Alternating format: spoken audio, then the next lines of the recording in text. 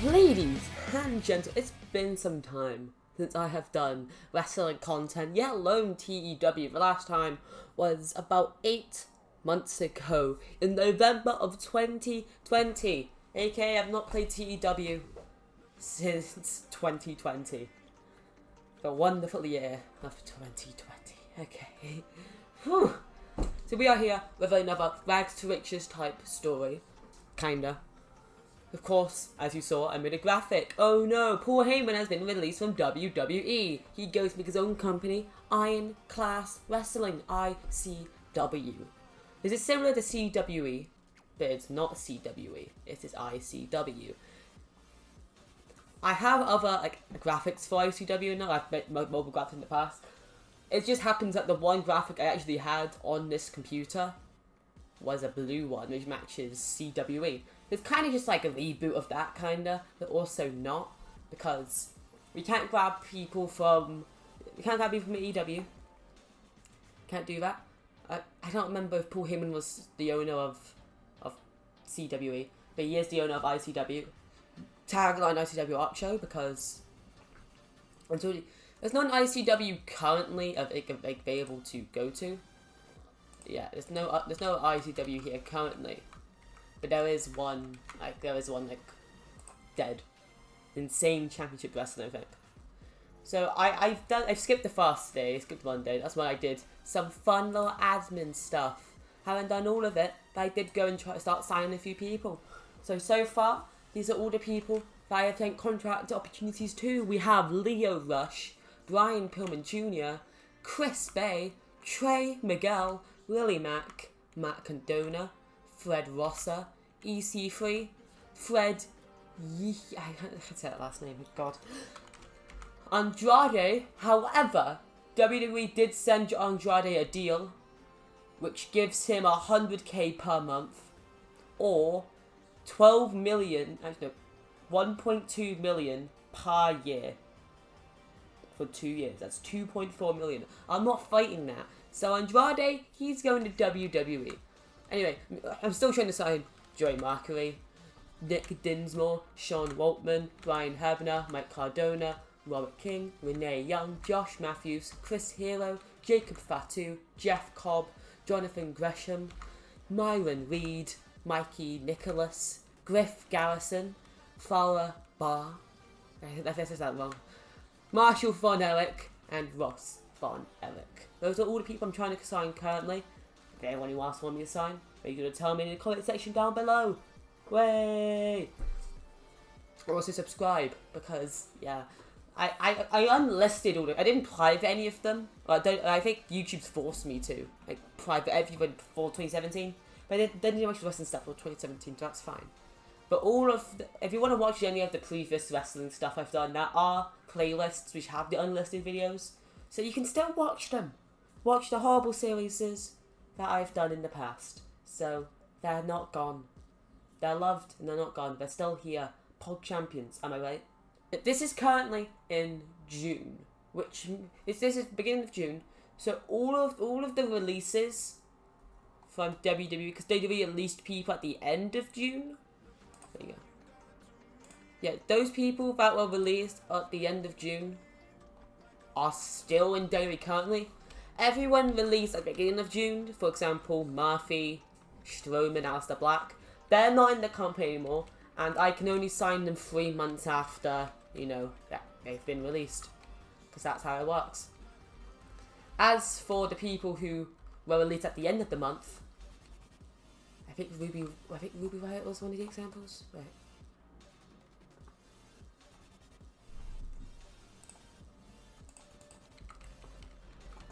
No.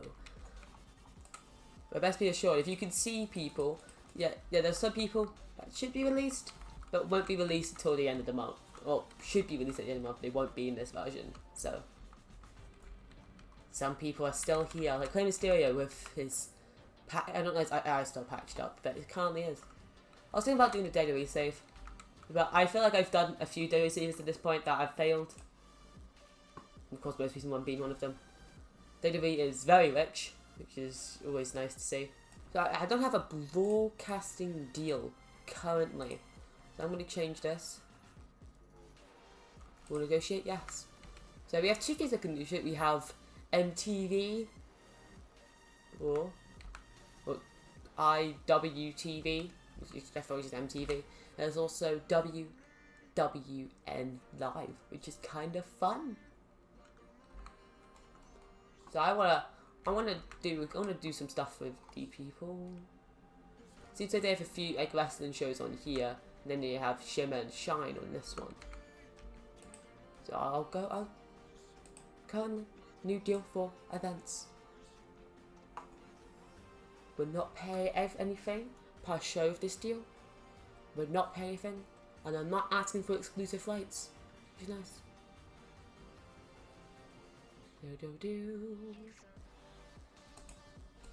On demand is fine. I'm not doing nice 15.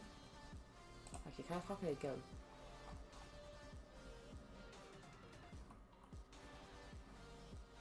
A 70 to company.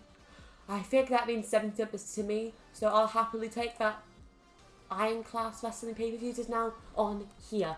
As for the people we can sign, we have good old 8 people who are signing with us. Chris Bay, Trey Miguel, Nick Dinsmore, Brian Hebner, Myron Reed, Mikey Nicholas, Griff Garrison and Ross Von Erich are all joining the roster.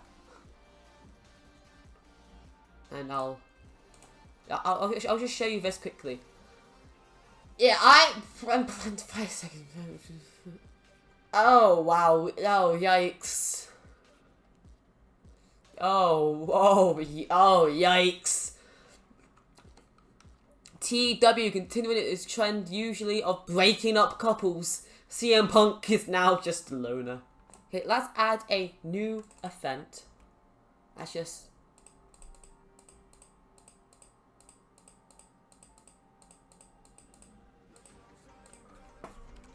You know, let's call it Sudden Impact.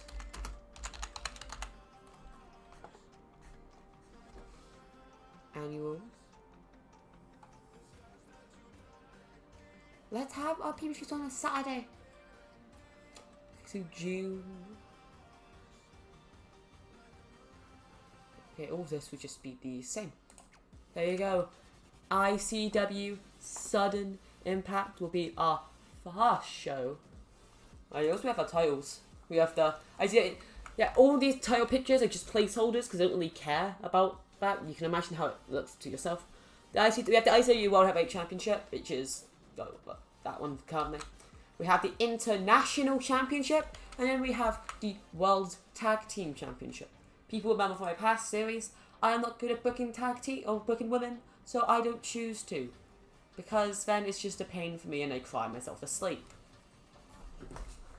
We have a few more signees. We have Willie Mack, Fred Rosser, Fred That, Joey Markley, Robert King, Jonathan Gresham, Fowler Barr, and Marshall Von Erich. So Matt Cardona, EC3, Mike Chiodo, Renee Young, Josh Matthews, Chris Hero, Jacob Fatu, and Jeff Cobb are all joining the roster. So we have to wait for these 3.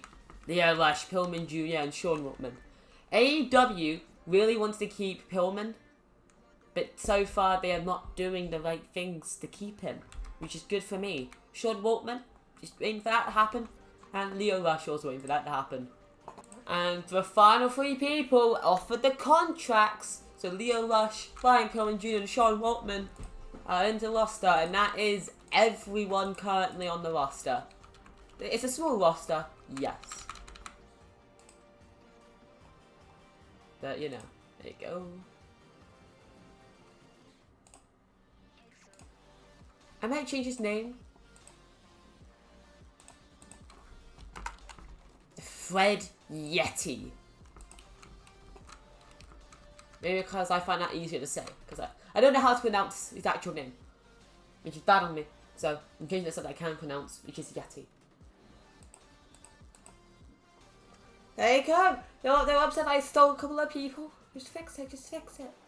Okay, I have to give SmackDown credit, but still, bruh, the Shield are here, and they broke up RK Bro. So now I'm even more upset, and Chris Boogs once again lost to Mustafa Ali. And Daniel Bryan is still here. Okay, David Lee started to do negotiations with Daniel Bryan. I'm assuming he... Did he leave in November? I thought he left... Did he leave in June? I thought he left the galley in June. He might have left in June. Okay, Daniel Bryan did not re-sign his contract! WWE waited until the final day to send a contract out. Wow. Okay, so we are on the show for Solid Impact. I did a dumb thing, and now it's not broadcasting anywhere. That's on me. However, I feel like this show is definitely still going to be... It has a shock. It has a big shock. That was probably dumb in hindsight, but... So far, we have 7 people not in. Renee's not in because she got maternity leave. And the other 6 aren't in because Jeff Cobb is working New Japan. Sean Waltman is out injured, but I wasn't injured anyway. And the other 4 haven't even started their contracts yet. So, that's kind of annoying. But still, I can assure you the show will be good. We start off the show with a promo by Paul Heyman getting a ceremony of 63. Kind of like the promo he gave for One Night Stand.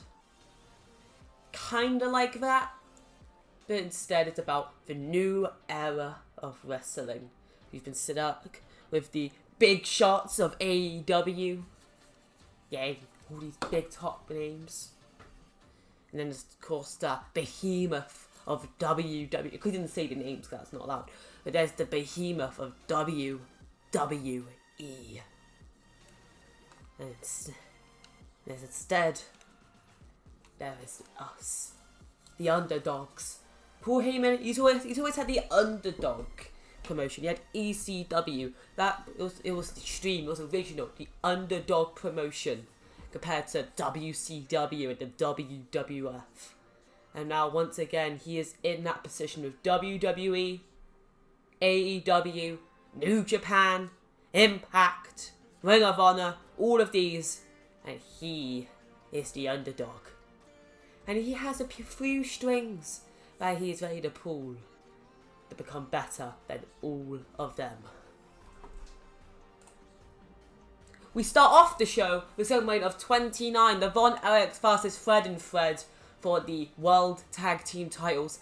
And it's a terrible match. It's a terrible match. The Von Erichs defeat Fred and Fred in 15:33 when Ross Von Erich submitted Fred Rosa with an iron claw. But Von Erichs win the World Tag Team titles, the Fast Tag Champions. Marshall Von Erich with a 38, Ross Von Erich with a 36, Fred Rosser with a 33, and Fred Yeti with a 40. Oh, damn. Because everyone doing the thing. Fred Yeti and Mike Chioda got awful gimmicks, don't care about the Chiodas. That's kind of annoying. And Fred Rosser's got his poor, and then the Von Erichs got very good, which is good. Oh, wow. Oh, wow. Oh, that's not good. I don't care for that stuff. Then we have a nice little singles match. In about had subpar wrestling Little Heat. Then 45, Jacob Fatu defeats Myron Reed in 11-10 by pinfall with a Samoan drop. Both of his partners are not here. Jeff Cobb, of course, New Japan.